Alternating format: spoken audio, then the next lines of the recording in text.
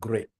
So the most important thing, ladies and gentlemen, is that today we are looking at one concept only, known as currency options. Currency options. Please write like that. Currency options. Yes.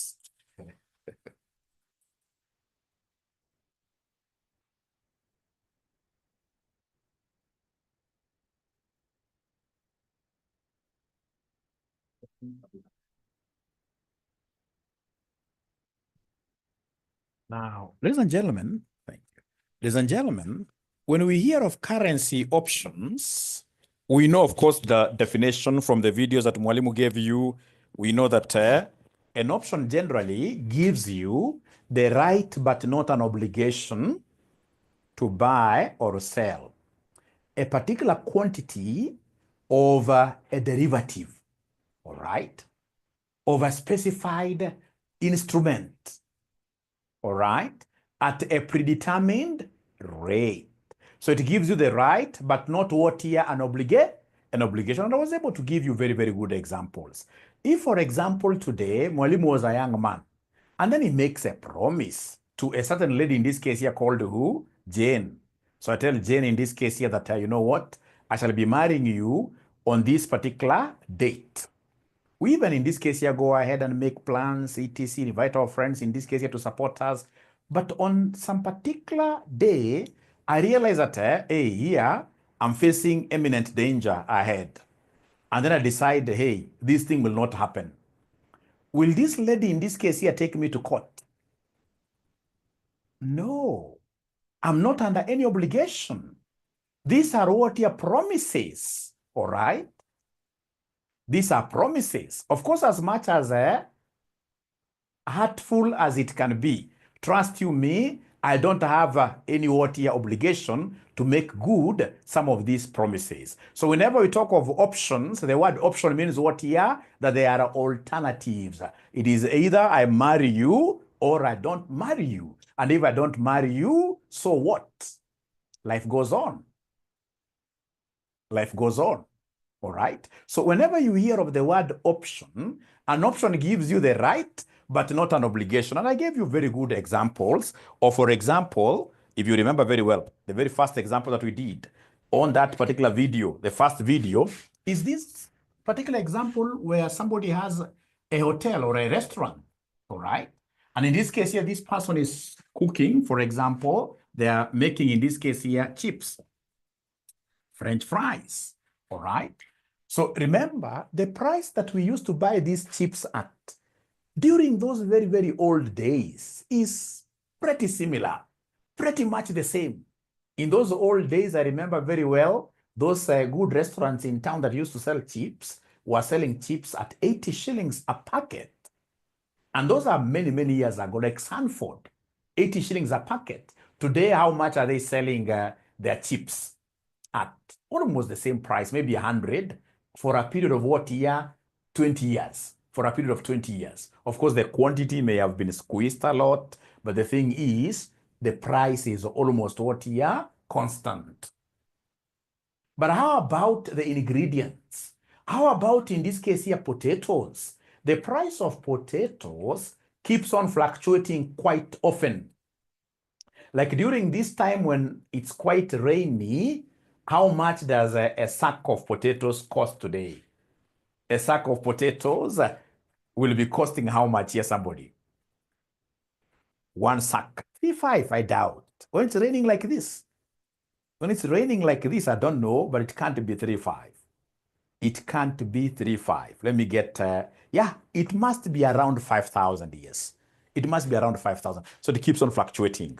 So when it fluctuates and increases, then the hotelier may make a loss. So the question is, how will he protect himself from potential future losses? So this hotelier will go to Kirinyaga. So they'll go to Kirinyaga around here or Muranga, where there are many, many farmers who plant good potatoes, and then they enter into some contract. They tell this person in Muranga, you have 50 acres of land. On your 50 acres of land, I want you to plant potatoes. I want you to plant potatoes. And once in this case here, you harvest them, I will come and procure them from you at how much? So we lock in some price. I'll procure them at 3,000 per bag in 6 months' time.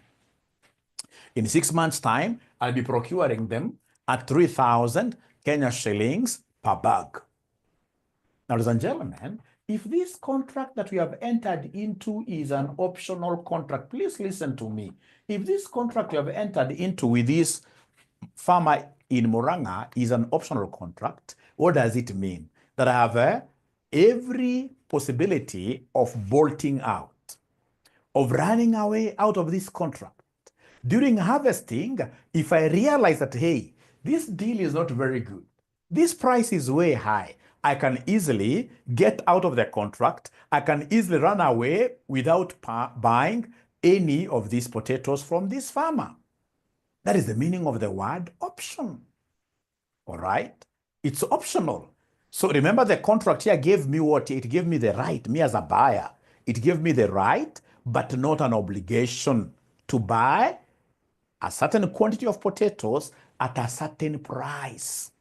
So they give me the right, but I'm not obligated. There's no obligation on my part. So should I get, in this case here, a great ninja who is willing to sell to me potatoes, similar to what we have with this guy here? This ninja is selling to me the potatoes at what? At 1,000 per bag. Then what do? What I will do, ladies and gentlemen, I will very fast, in this case here, go for the cheaper option.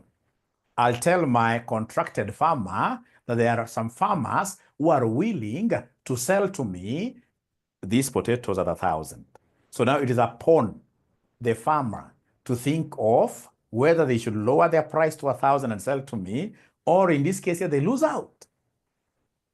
Now you can see here that the farmer is so much disadvantaged, because you see, for the farmer, should I go there, assuming in this case here there are other buyers who are willing to buy potatoes at 10,000. You see, this farmer cannot run away from the contract. It is me who bought this right. The buyer, this buyer here who bought this right at 3,000, I bought this right, but I don't have an obligation. But the farmer on the other side is obligated. Now, because the farmer is obligated, because this contractor is mandatory to the seller, to the farmer there, all right, he will ask for some payment up front. He'll ask for some payment up front. The payment payable up front for this optional contract has a special name.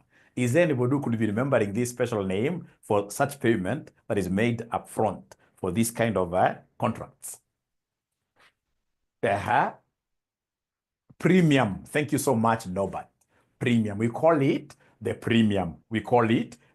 So when we do in today's class, when we look at currency options, when we mention the word premium, remember, premium is the benefit that you pay to this farmer in advance for that right.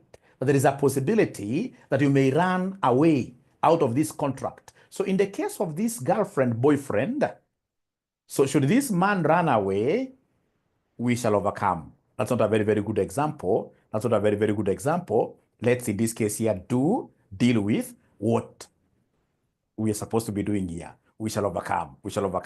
All right. So then I want to do straight away an example on this currency. So when we talk of currency options, now, of course, this is about procurement of foreign currencies. Buying and selling of what here? Foreign currencies. Buying and selling of foreign currencies. And as usual, I don't keep my students. I'll be able to take the least time possible. And then, of course,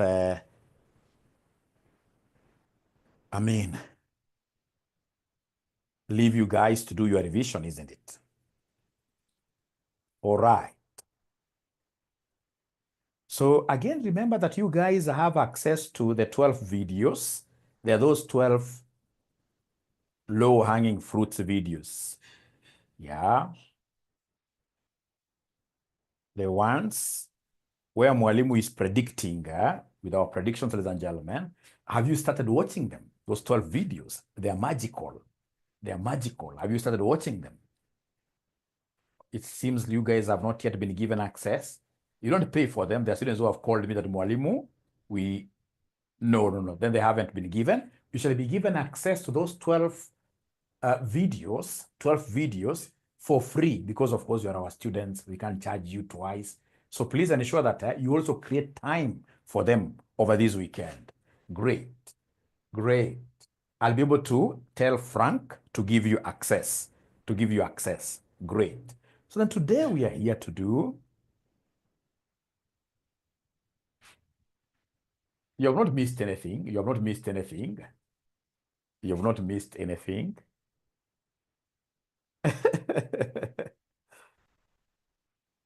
Masaa ni mengi sana wewe. All right, ladies and gentlemen. So this is what I want us to do. This question, once we finish this question, then that will be it.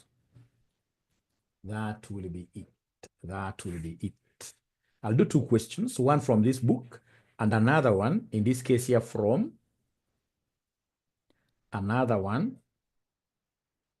your past papers. So I want us to do this particular question here. Example 3 is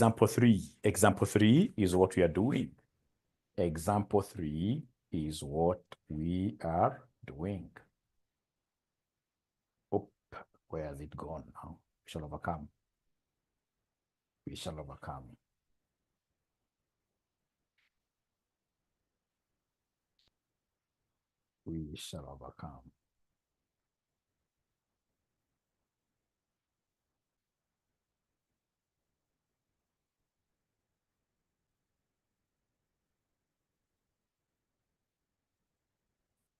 All right, ladies and gentlemen, great.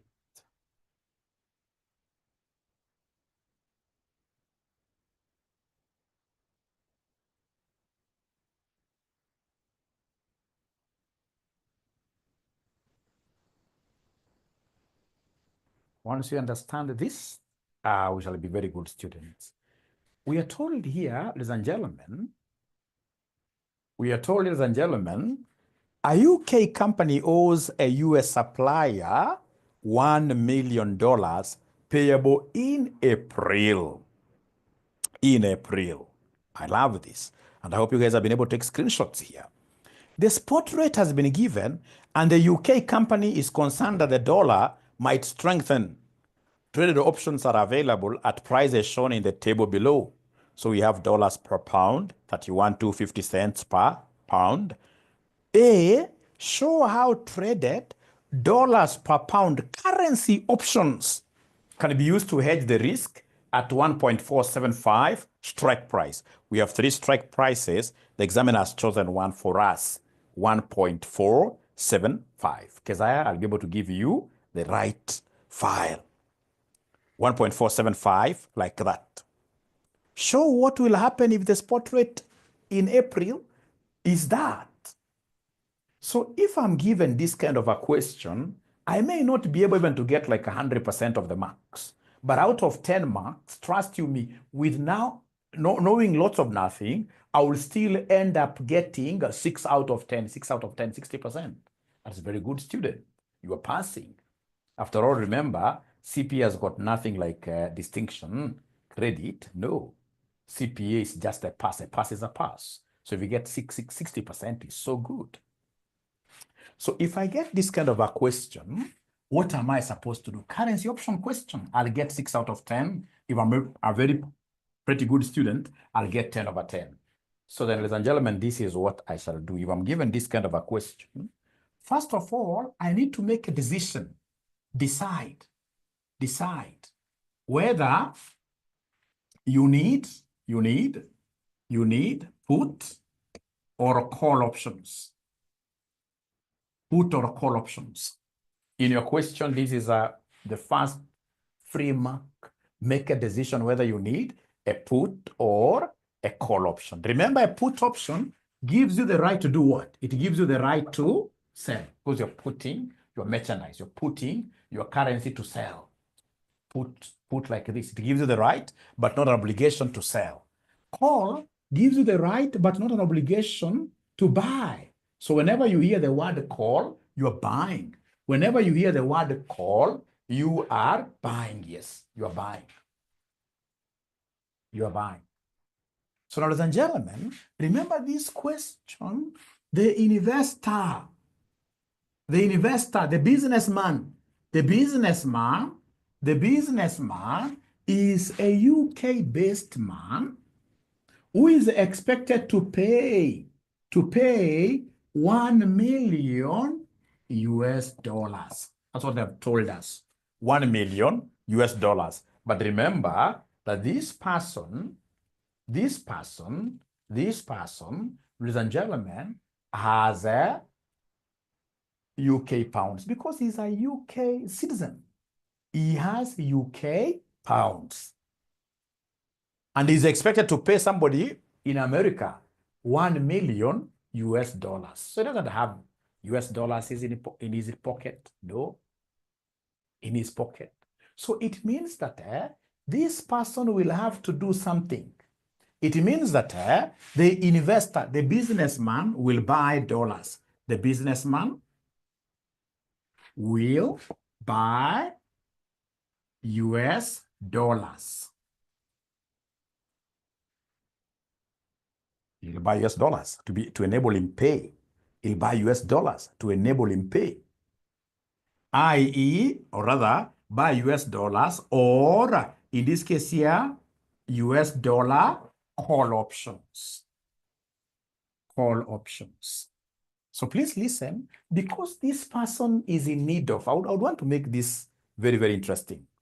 Assuming in this case here, you are in this class, you are a Kenyan, thank you very much, Deng, you are a Kenyan, and you want to buy a vehicle which is worth 1 million US dollars, and you are a Kenyan.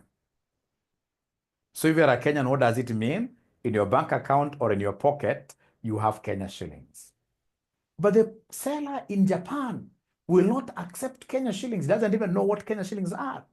He will invoice you in US dollars.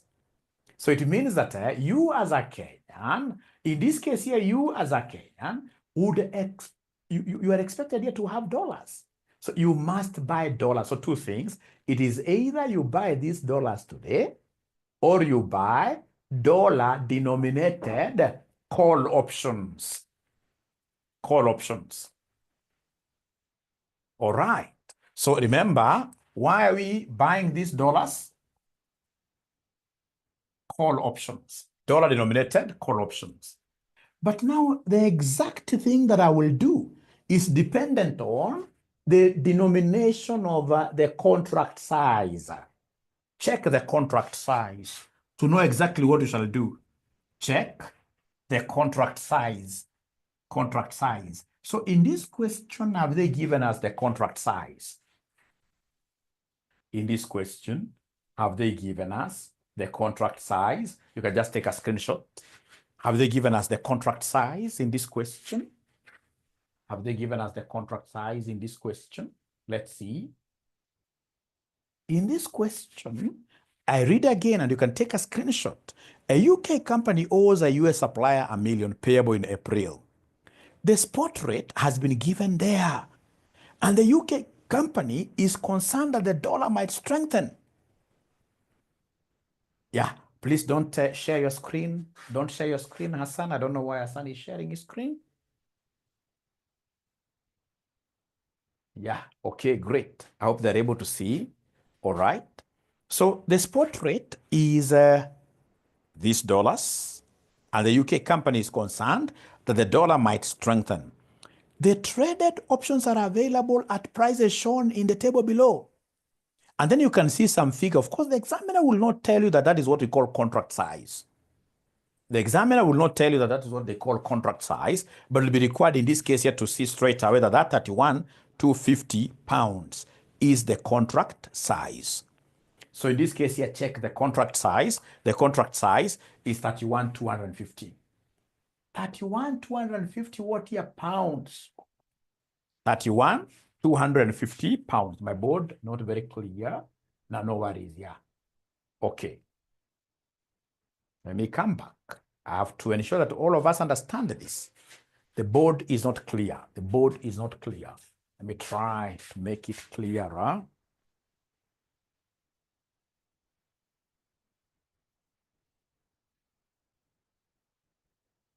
Yeah, I hope that is much better.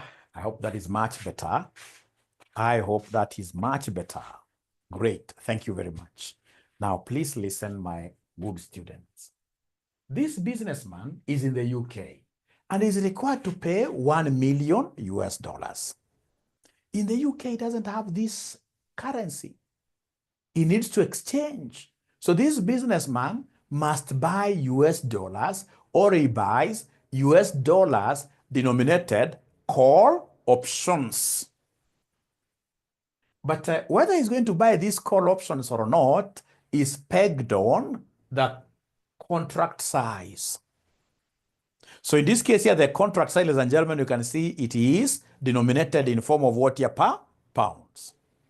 So now listen. This guy has realized now the contract size is denominated in pounds. Who can talk to me? What do you think will he do now? Remember, there are two sides of the options. There are two sides of the options.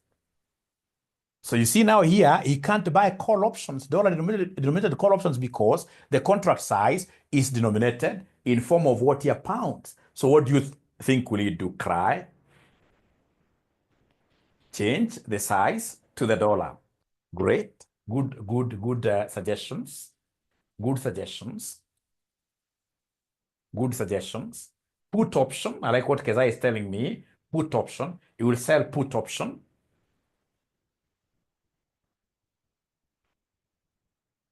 Great. Please allow Mwalimu here to demonstrate something. Ladies and gentlemen, please listen. Remember, this person here will be forced to think like this. He has two options. Either to buy dollars, he buys dollars. So as he buys dollars on the counter, what is he giving out in return? He's giving out the pounds. So in this case here, figuratively, you will allow me to talk about what that he'll sell. Pounds. Of course, you don't sell your home currency, but for options, we must reason like this. So he's going to the counter. At the counter, what is he doing? He's buying dollars and he's giving pounds. He's giving pounds. So giving pounds at the counter is same as what here, selling those pounds. And because we are talking about sell, then it means that sell is put. So in this particular case, because the contract size is denominated in pounds, we are saying that therefore the businessman will buy not dollar, but pound denominated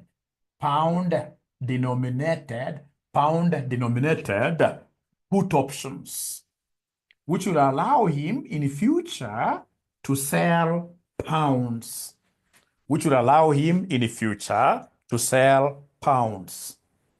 May look a bit technical, but trust you, you will love this. And you don't have a choice. You know, this semester, if they don't give you again a money market question, they'll give you this kind of a question. And these are questions that my students normally shine. You must shine. So if this contract size was dollar denominated, if this figure here was $31 to $50, this guy would have purchased call options right away. But now when we come to the figure, we realize that this figure is pound denominated. So now we have to think the other way. He was to buy call options, but now that call options are not there, because there are no dollars here, then now he has to sell the pound. He has to buy the put options to enable him sell the pound in future. I will repeat this. Is it my network? Yeah, okay. Are you guys having a problem with my network before I answer Aziz?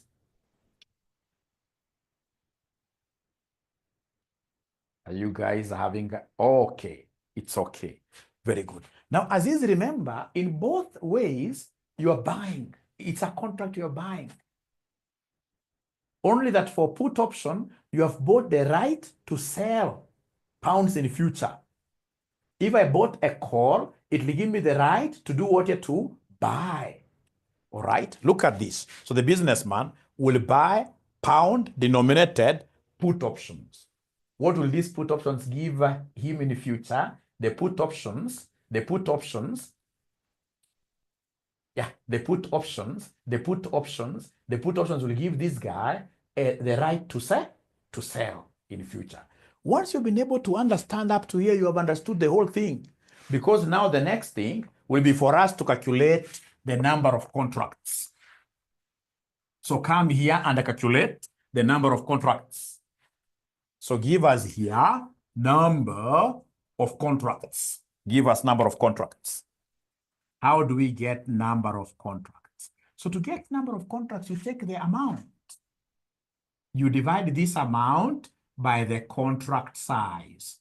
You take the amount and then you divide the amount by the contract size. So anytime you hear about NOC, NOC is the amount divided by contract size.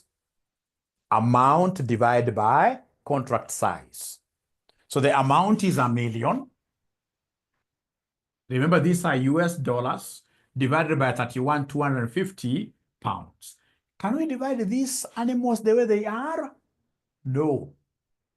The amount has to be exchanged at strike price because we need same currency. All right. So exchange the above amount at what we call strike price. So exchange the amount to pounds at strike price. At strike price. So has the examiner given us the strike price? Yeah, then thank you very much. As this examiner given us the strike price, once I repeat, you'll be able to understand everything. You just hang in on there. Try to pick whatever you can as much as possible. You'll be able to understand everything very, very well. Very, very well. So you can see here, these are the strike prices.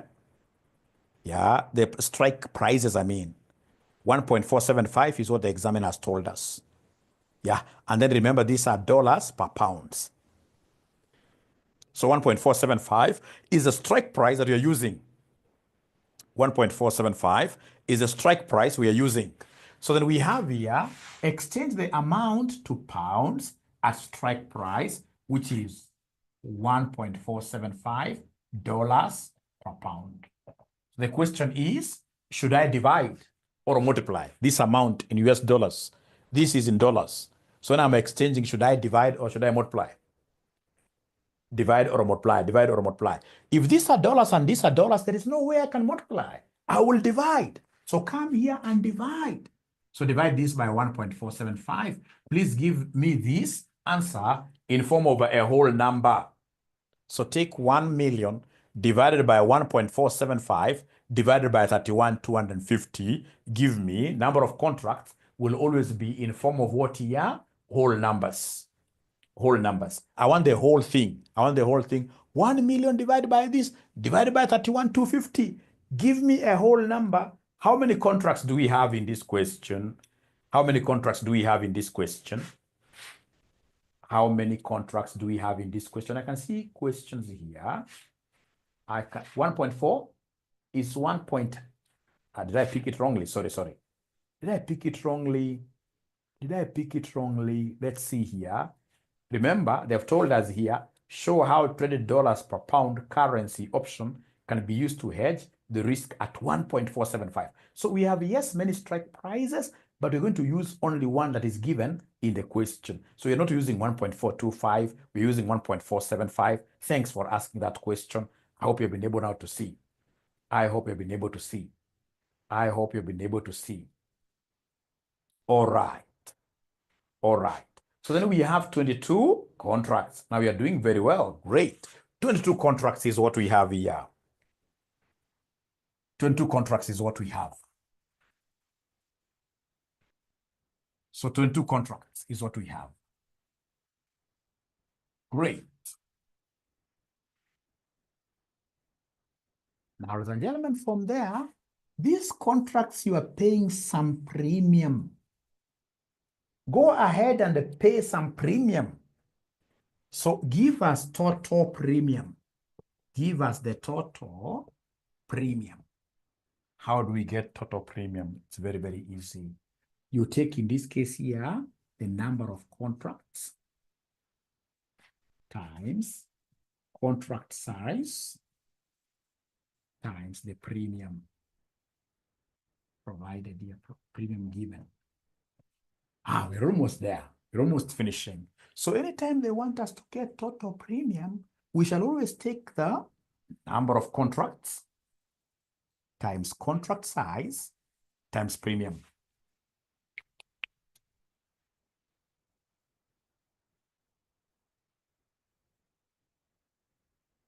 So anytime they want us to give them total premium, which is very, very important, that amount that you pay upfront, you always take the number of contracts. How many are they? They are 22.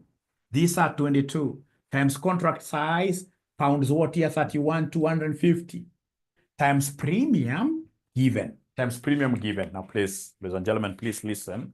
Please listen here.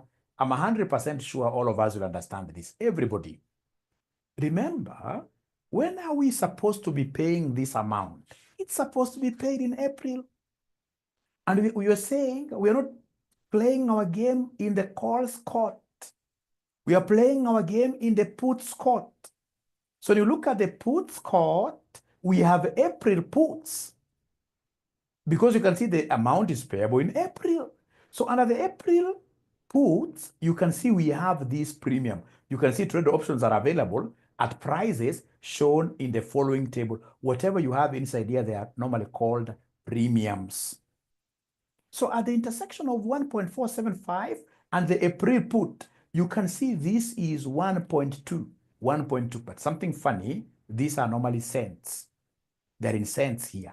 So you can see April puts, 1.475 here. We have a premium per unit of 1.2 cents. And because it's reading cents, then it will be 1.2 over 100. All right. Now, because you've divided this, it becomes dollars per what here now per pound. Remember, initially it was cents per pound. Now it becomes dollars per pound. You'd understand this because I'm going to repeat everything from the beginning. I'm going to repeat everything from the beginning. Why am I dividing with 100? I'm dividing by 100 because this 1.2, they are what here? They are cents. These are cents. These are cents. These are cents. These are cents. You can see here cents per pound. So when I divide them by 100, now they become dollars per pound, like that. So please ask questions. I'll be able to know what to touch as I repeat.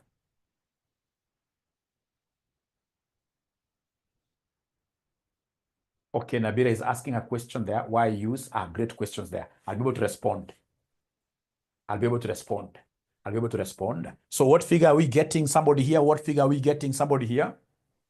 What figure are we getting here as our premium? So somebody is giving me a premium of 82.50. A premium of 82.50. So let me ask you a question. This 82.50, is it in dollars or pounds? The 82.50, is it in dollars or pounds?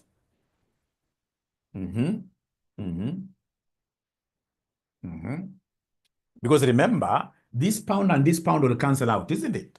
So it will give me in form of what? In form of dollars. So these are dollars, $82.50. Let me ask you another question. This premium, is it a payable to you as a businessman or a receivable? Is it a payable or a receivable? The premium. The premium. Yeah, remember our example of the chips. Receivable, payable, receivable. Receivable. No, it's a payable. It's a payable. You are the one in this case who is expecting a favor, right? So you pay the potato farmer a premium in advance. So then I'm required here to convert this to my local currency. So if it's a payable and I'm required to convert this to my local currency, what is the role of the bank? Role of the bank? What is the role of the bank? Don't worry, I'll be able to repeat everything. Don't worry. And it's only one question I repeat. We go and sleep. We go and sleep. What is the role of the bank whenever it comes to anything to do with payable? So the role of the bank will be to sell. Nothing like low. Bank will sell. And do you remember that premium is normally payable in advance? Premium is normally payable in advance. So in this case here, use spot rate. Use spot rate simply because of advance payment. Simply because of advance what year? Payment. Simply because of advance payment, we shall use spot rate. Now let me ask you a question. As this examiner given us the spot rate, I will repeat, I'm not afraid because everybody will understand everything. As this examiner given us the spot rate, the today's rate. Yes, this examiner has given us the spot rate here, which is 1.4850. Let's write that. Let's write that down. Let's write that down. I'll be able to repeat. I even saw somebody up there asking about number of contracts. How we got the 22. I'll be able to show you. All right. So I can see the spot rate is 1.4850 to 1.4870 to 1.4870. And these are dollars per pound. These are dollars per pound, like that. All right. Now, ladies and gentlemen, please listen and listen to me very well. You see this, I can either write it here, the way the examiner has written it, or here. I like writing it here because of the concept of shaking the hand. This businessman is based in the UK. The businessman here is based in the UK. And where is the pound? The pound is on the right. So then this, right. So this number becomes buy. This number becomes who? Sell. Like that. And you've told me that the bank is selling. So the bank will sell. The bank will sell. The bank will sell the $82.50 at 1.4850 because it's the selling rate. Dollars per pound. $82.50. Remember, these are dollars. $82.50, sorry. These are dollars. So please go ahead and exchange for us. Go ahead and exchange for us. So please go ahead and exchange for us. So when you're exchanging, this will be $82.50 divided by 1.4850. Who can give me this answer in form of pounds? $82.50 divided by 1.4850. Who can give me this answer in form of what here? In form of pounds. What do we have there, ladies and gentlemen? 56 pounds. This is the greatest of them. Once you get this, you are over half of the marks. Actually, most students in an exam will do this question up to here. Most students in an exam, they don't go beyond this step. Please listen. Please listen. Please listen. Please listen. And I have to show you something very important here. I have to show you something very important here. Very important. Very important. Very important.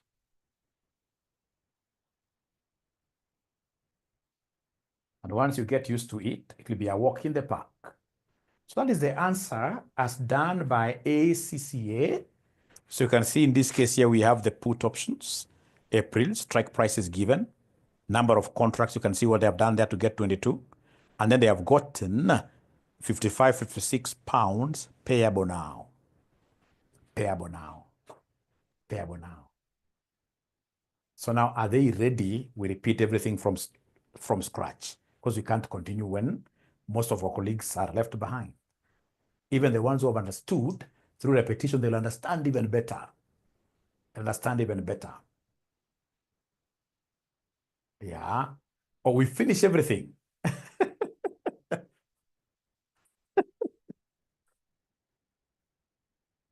Yeah. They're saying finish everything. Assume we don't know. Of course, that's what I'm assuming. Let me ask you a question. From the explanation that we have done,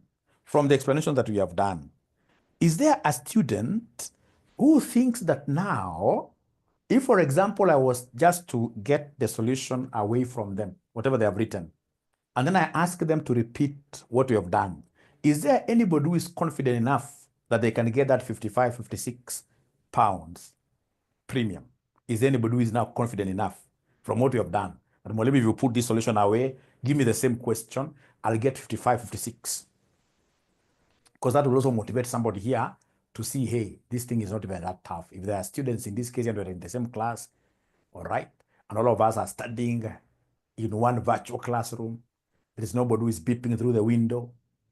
Okay, I can fumble. I love that. I can fumble. I can fumble. Only contract size, at least you've gotten something great. Actually, the moment in this case here you get the contract size, number of contracts, I'm just copying. I love that. Great, great. At least I can get somewhere. Blue paper, machozi. No. Once you understand this thing, it's very, very easy. Very, very easy. So allow me to repeat. And I'm so sure the students also who are not able to see anything, they never watched those two videos. I'm 100% sure of that, but we shall overcome. Now, ladies and gentlemen, I'm in Kenya here. From Kenya here, I'm required to pay 1 million US dollars. 1 million US dollars. All right. And then I'm told in this case here, we have what we are calling contract size. Contract size is, for example, 20,000 Kenya shillings. Contract size is 20,000 Kenya shillings. Then they give me the strike price. They give me the strike price. Strike price. They tell me the strike price in this case here is 130 Kenya shillings per dollar. 130 Kenya shillings per dollar. Right? And then they want me to do something very, very easy. All right. Number one, we tell them what should we buy required. So this investor, shall the investor buy put or call options? What should we work with? That's number one. And then number two, they want us to calculate the number of what year? Number of contracts. Number of contracts. So remember now, this is a Kenyan who is required to pay $1 million US dollars. The contract size in this entire arrangement has been given as 20,000 Kenya shillings. The strike price is given as 130 Kenya shillings per dollar. Per dollar. So are we going to, first of all, tell me, shall we be dealing with put options or call options? Put options or call options? I'll try to recall the figures. We shall overcome. We shall overcome. Okay, great. So remember here, I'll just know the two currencies that I'm using. I'll know the two currencies that I'm using myself as an investor.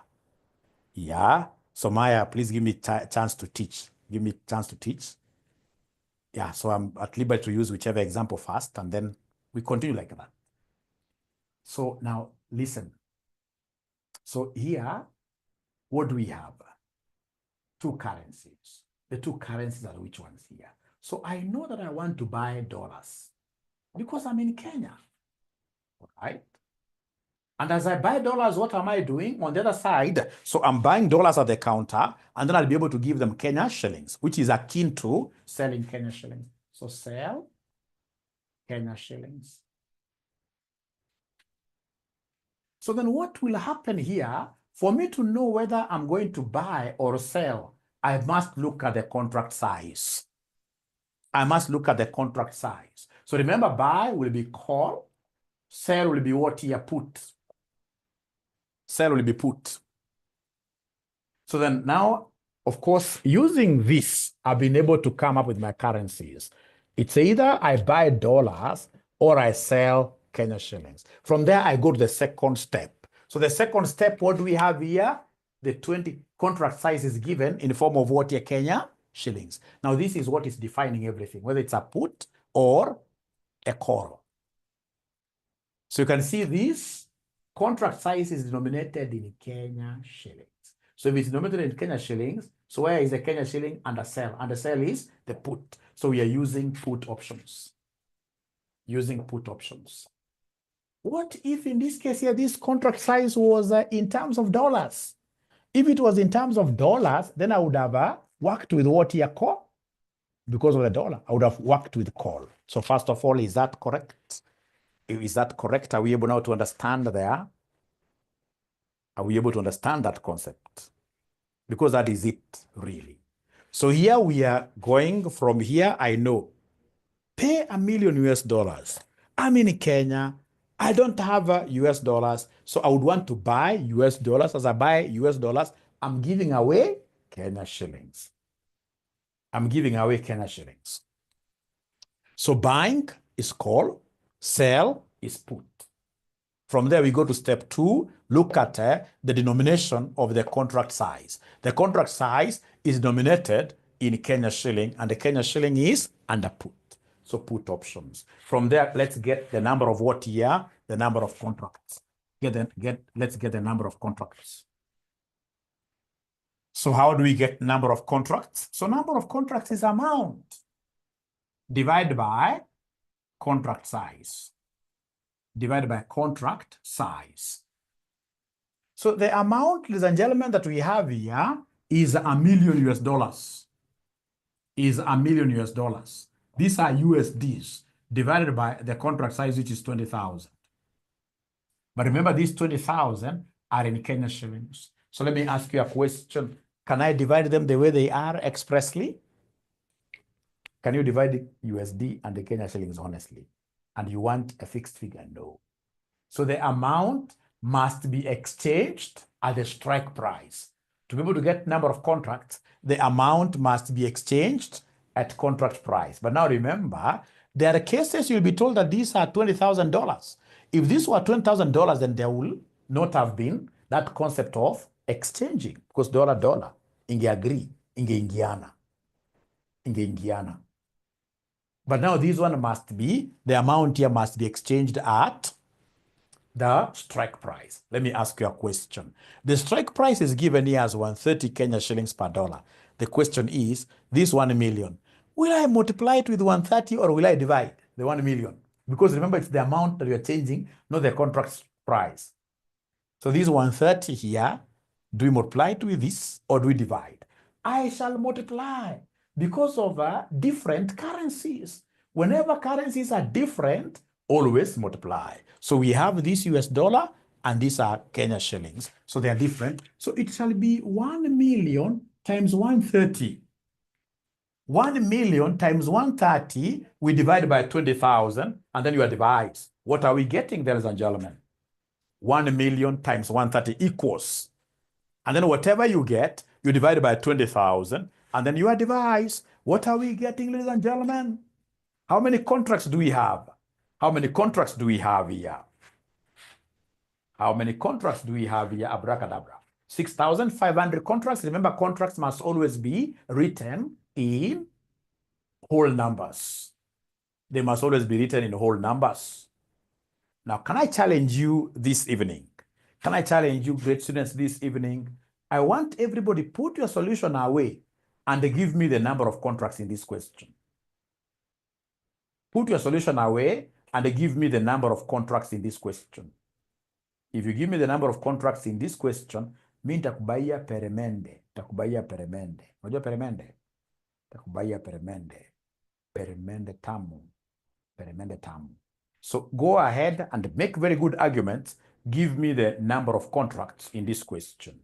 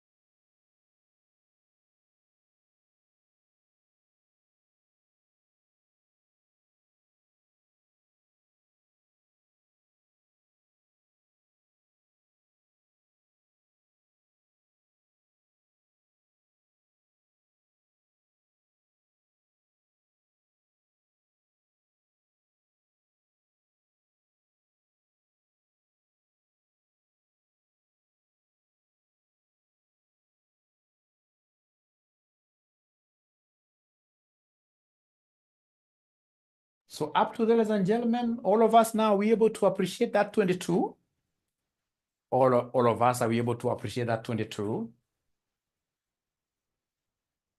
Great. 22 now is okay, right? Let's do it together. So remember, the company owes a US supplier $1 million US. It's a UK company. Remember, these people have British pounds in their pocket. They don't have, in this case here, dollars. They have to buy. So for options, you must make that argument. So for options, you must make this argument.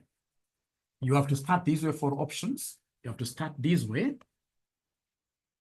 You have to start this way. So for options, we must start this way, ladies and gentlemen. So what are we doing here? So for options, what we have here, we have this gentleman has to buy US dollars to enable him pay, right? Or he sells, in this case here, UK pounds. It's an exchange. He's buying dollars and he's giving them UK pounds in return.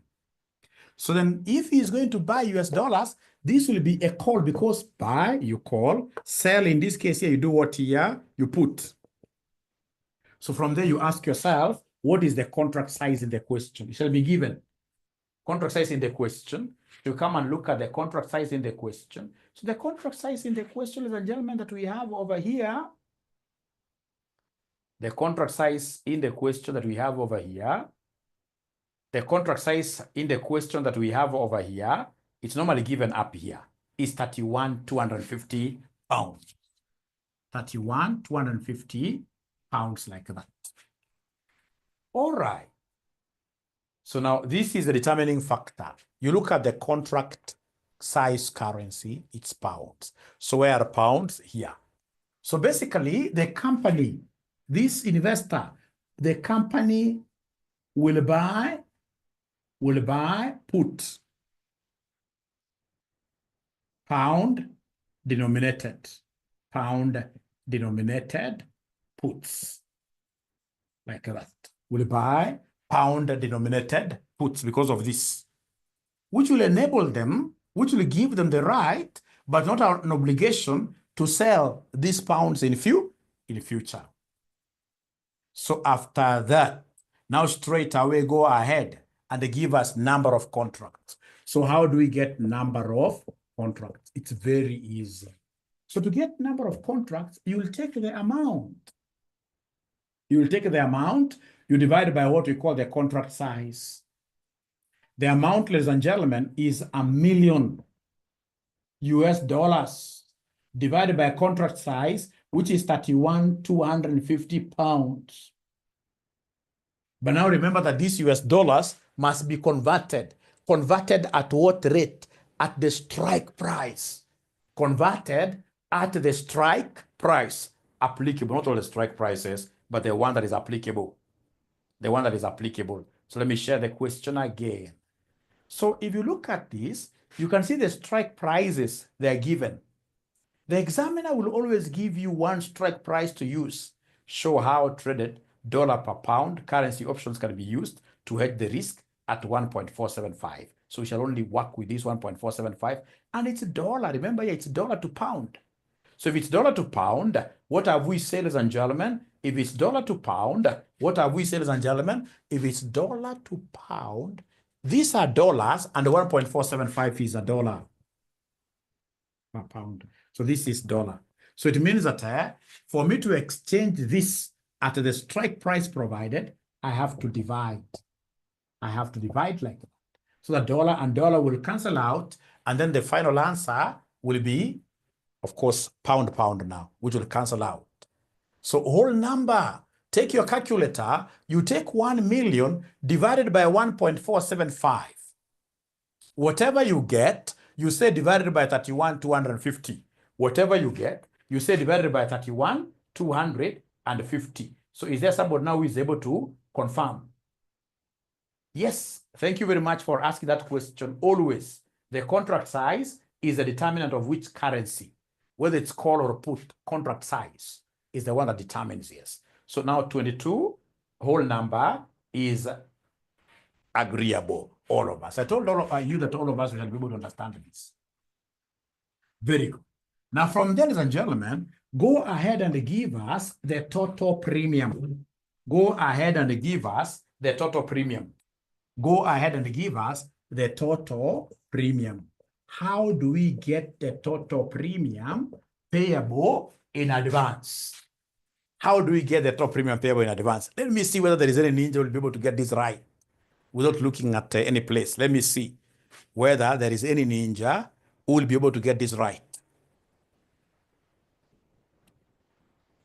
Let me see whether there is any ninja who will be able to get this right. Total premium. Let me see whether there is any ninja who will be able to get this right. Isaac Moneki is saying yes. Thank you, Norbert. This Norbert must be a serious ninja. It is CS times NOC times premium, Norbert, times premium. Premium. Times premium per unit. It's called premium per unit actually. Times premium per unit.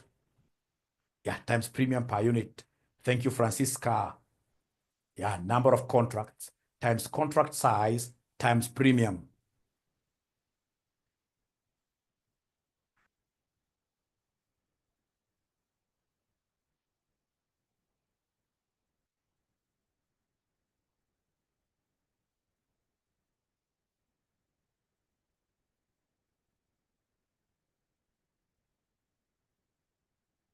All right, 8250, yes. So remember this total premium, ladies and gentlemen. First of all, you must be able to identify the premium per unit. You must be able to identify the premium per what year per unit. You see here, this gentleman is supposed to be paying this amount in April. Is supposed to be paying this amount in April. First of all, you've agreed. These are not calls you are working with.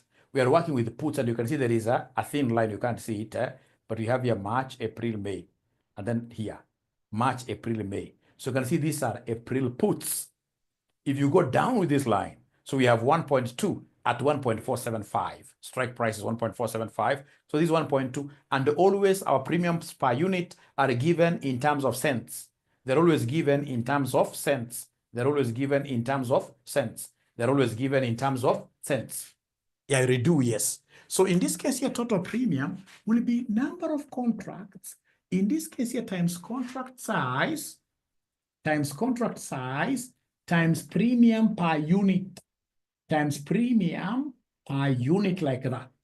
So number of contracts here, they are 22.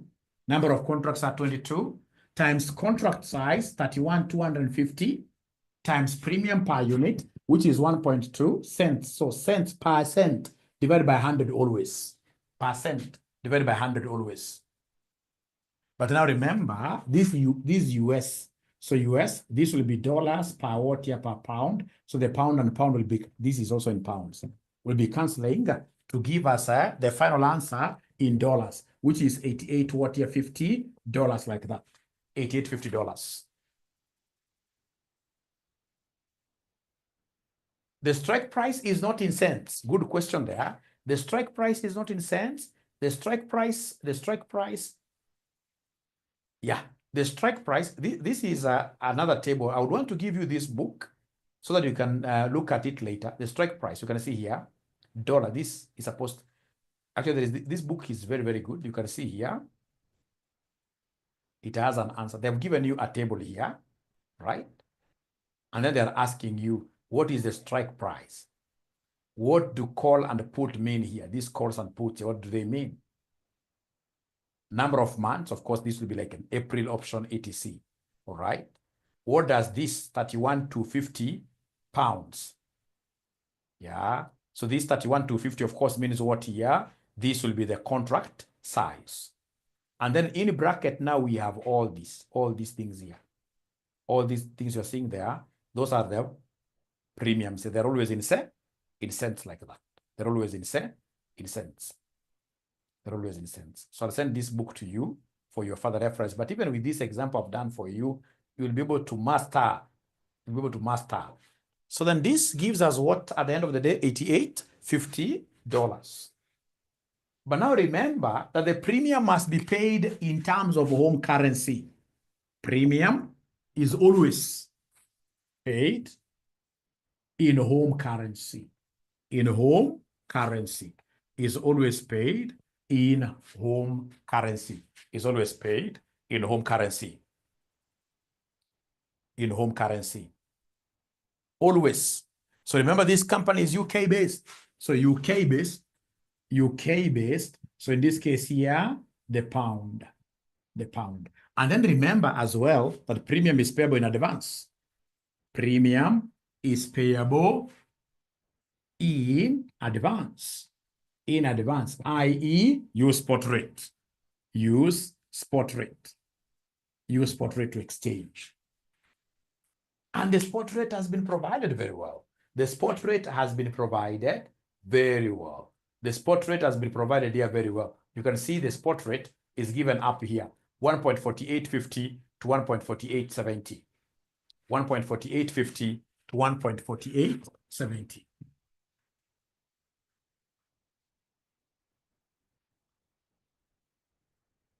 $1.4850 to 1.4870. 1.4850 to 1.4870. And remember that these are dollars per pound. These are dollars per pound. These are dollars per what year? Per pound. Dollars per pound. So remember, when you see this kind of a spot like that, it will be very important for us to recognize the fact that this is per pound. Our home currency is the pound. So pound is on the right. So this becomes buy, and this becomes what you sell. And then remember, if it's a payable, the bank always does what here? If it's a payable, the bank always does what here, somebody? If it's a payable, the bank does what here? If it's a payable, the bank always sells. Bank sells. At what selling rate? 1.4850, like that. Dollars per pound, like that. Dollars per pound. So now go ahead and exchange this amount. So when I'm exchanging this amount, it's not lost on me that these are dollars and this figure is in dollar form. If I try multiplying the two, I will end up getting dollar squared. I'll end up getting dollar squared. And dollar, ladies and gentlemen, cannot work. Trump will beat you up if you say that you're giving him an answer which finally will be in dollar squared. When I see dollar and dollar I'm exchanging, I should divide. So the final answer, so the premium payable, so the premium payable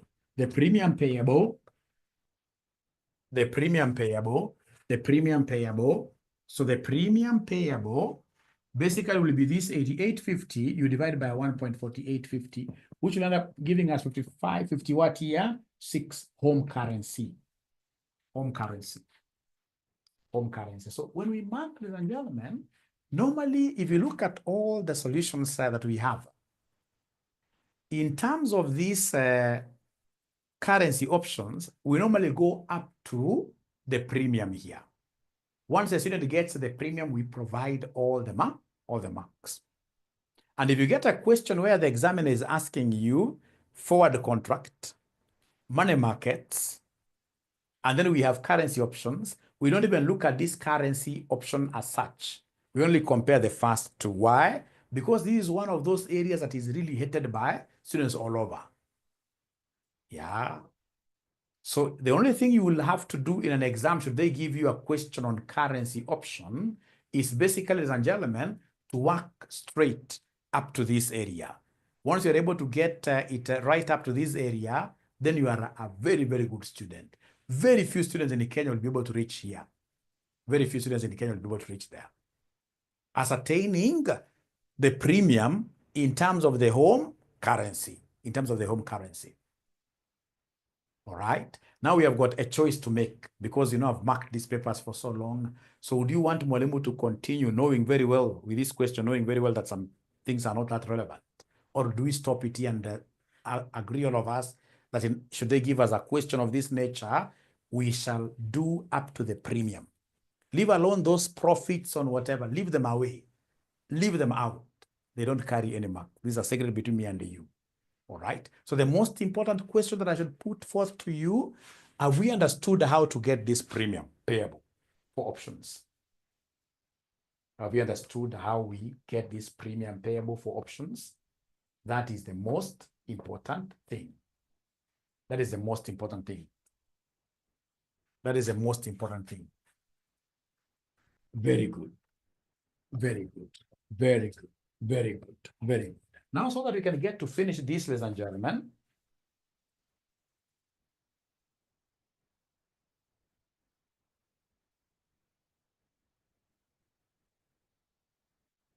I want you to mention there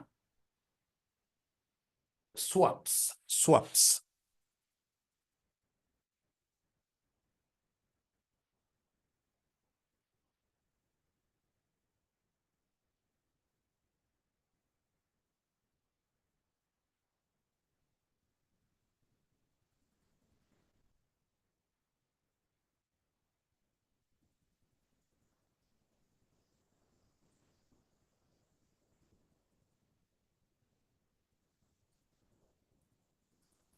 So when we talk of currency swaps, and this normally comes in form of theory.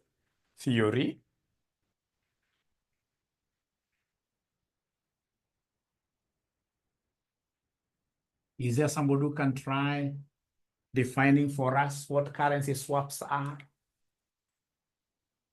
What are currency swaps? Somebody try in your own language from the word swapping, exchanging obligations which are denominated in different currencies. From the word swap. Try your best. You can use whichever AI. What is a currency swap? So we have interest rate swaps and we have currency swaps in theory. What is a currency swap? So as I wait for you to give me very refined answers here, when you talk of a currency swap, and if you look at your past papers, you'll be able to see this theory for 2 marks, that a currency swap happens whenever two related companies exchange their obligations that are denominated in different currencies. Two or more companies which are related. They must be like subsidiary parent. Two subsidiaries, they must be related. All right? So related companies exchange their obligations which are denominated in different currencies. They exchange. And I can explain why would these companies want to exchange their different currency denominated obligations. I can explain. Assuming we have, in this case here, two related companies. We have, ladies and gentlemen, RCM based in Kenya. And then we go and open, in this case here, a very good RCM high school. RCM high school based in South Africa. Let me use, in this case here, US. Great dreams. Yes. So RCM Kenya is a different company registered in Kenya. And then we have RCM High School, different company registered in USA. But it happens that these two companies are related in the form of what here, parent, subsidiary relationship. Now, it will reach a time. RCM Kenya may want dollars. So RCM Kenya may want dollars, and RCM High School in the US may also want what here, Kenya shillings.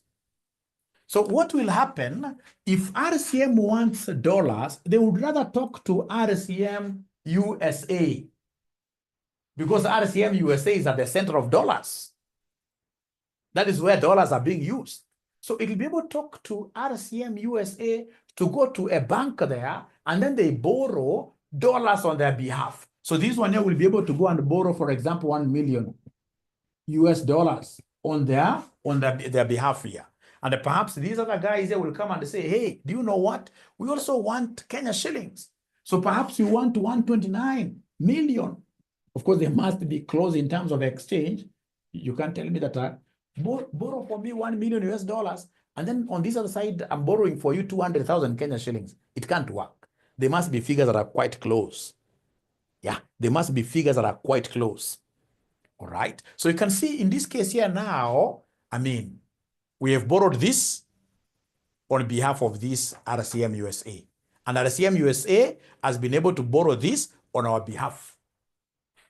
So then what do we do? These are now different currency-based, different currency obligations here. But what do we do now? We shall swap them. We shall exchange them. We shall exchange them. So ladies and gentlemen, whenever you hear of the word currency swaps, don't forget to mention that under currency swaps, we have got 2 or more companies which are normally related, which will be exchanging obligations. They are obligations which are denominated in the form of what here? In the form of different currencies. In the form of different currencies. And why should that be the case? It's because of, if we are in countries where we have advantages of borrowing in this particular currency, if you are RCM Kenya here, we can borrow, we can go to Equity Bank here and borrow Kenya shillings quite easily because we are known locally here. And then now we swap with the RCM USA. You may not be able to pick this very well, but there is something that I would want to see. Ladies and gentlemen, you writing, if we ask you about this concept of currency swaps.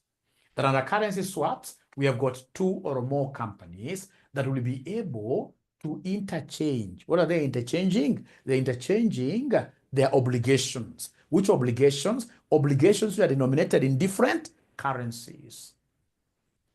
That will really be it. Now, ladies and gentlemen, remember this concept of swapping is really big out there. If you have been out there, you must have heard of spousal swap. Yeah, spousal swap, where in this case here, you go to some place and then you swap, you exchange your spouses, all right? Yeah, perhaps with your friends like that, quite demonic, right? And then, of course, when you interchange these, your spouses, at the end of the day, at the end of the contract, every person must return back home, And this is also the same case with these currency swaps. At the end of the contract, those obligations must return back to their status quo. So please never forget this concept of what here? This concept of swaps. So have you guys been able to pick something nice about these swaps? Have you guys been able to pick something nice about these swaps? We shall overcome, but have you understood from this explanation? Have you understood from this explanation? Somehow, right? Somehow good. And then, of course, we may study like that, and then you get a bad examiner now asking you about interest rate swaps. Interest rate swaps. Under interest rate swaps, now these 2 companies are exchanging loans. Loans in this case here, we have 2 companies. So we have company A, we have company B. This company has 10,000 loan, which is fixed. And then we have in this case here B having 10,000, for example, loan, which is floating. So whenever we have 2 companies exchanging their loans, in this case here, they're exchanging their loans which are between what here floating and fixed. When they're exchanging their loans, one company has got a fixed loan, the other company has got what here? A floating loan. Then that automatically will call for what we call an interest rate swap. So whenever you hear of an interest rate swap, one company is exchanging a fixed loan for a floating loan from another company. So one company exchanging a fixed loan for a floating loan, even if you mention it like that. Company A going to exchange a fixed loan for a floating loan, then that will be called what here? That will be called an interest rate swap. What is a floating loan? A floating loan is a loan that does not carry a constant interest rate up to maturity. It keeps on fluctuating, keeps on floating, keeps on fluctuating like that. Keeps on fluctuating like that. Keeps on fluctuating. All right. So I believe that is okay. You guys will be able to remember to write that in your exam. Now, ladies and gentlemen, from there now we go straight away to something a little bit different. currency futures.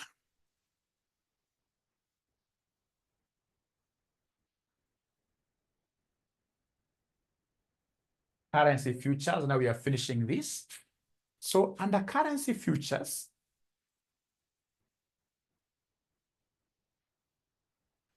under currency futures, you see currency futures are pretty similar to forward contracts. Pretty similar to forward contracts. Although we have differences, a few differences between forward contracts and currency futures. Is there somebody who can give us, ladies and gentlemen, differences? We start like this. Differences between forward contracts, and currency futures. Let's see. Anybody who is able to give us this before we disappear. So we have here forward contracts. Give me these points very fast. And then we have, they are very similar. Very similar. We only have a few differences. A few differences.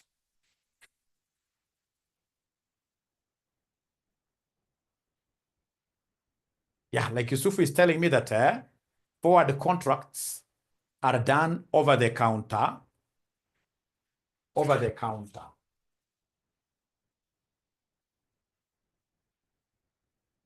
Over the counter. These ones are sold in formal markets. So we have what we call future markets. Very good. So over the counter, if it's a forward contract, I'll simply walk to Equity Bank. I get, in this case here, an agent of Equity Bank at the bank there. We draw an agreement over the counter. So it is two parties. But when you talk about currency futures, these ones are normally traded at serious derivative markets. Like in Kenya, it would have been NSC, all right? You can't go to a bank for future contracts, no. Yeah, forward contracts in this case here are, forward contracts in this case, ladies and gentlemen, very good. Forward contracts, basically, these allow, or they can accommodate any currency. Any currency. Futures are a dollar denominated, like dollar. Futures are a dollar denominated. Very good. But futures were discovered in America.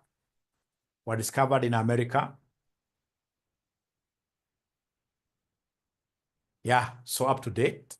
Futures are basically dollar denominated. And for the contracts, we have contracts in this case here denominated in Uganda shillings, in Kenya shillings.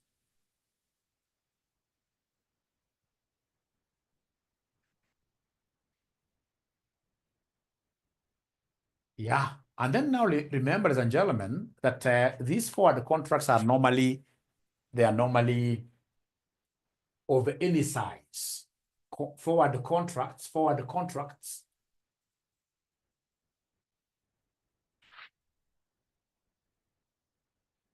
So we have here forward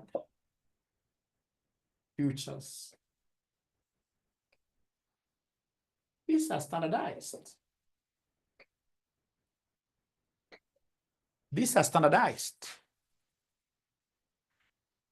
Yeah, forward contracts in this case here can be customized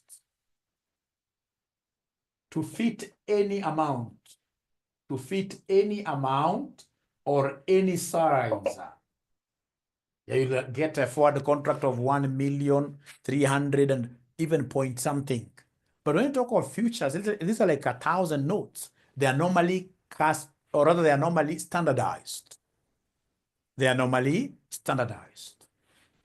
Now, when you talk of forward contracts, the counterparty risk is very high. Counterparty risk here. Counterparty risk counter party risk is very high. Is very high because there are only two people. Should one renege on their promise, then the other party loses. The counterparty risk is very high. But since these are normally tradable, the risk is normally low. The risk is reduced because of insurance involved, government interventions, etc. Low risk. Low risk. Those points are enough. Those points are enough. But I'm so surprised that you guys really were ahead of Mwalimu here. Were ahead of Mwalimu. All right. So tomorrow I will be available, but at around 11:30. 11:30. I don't know if my 11:30 is workable for you. 11:30. Does that sound like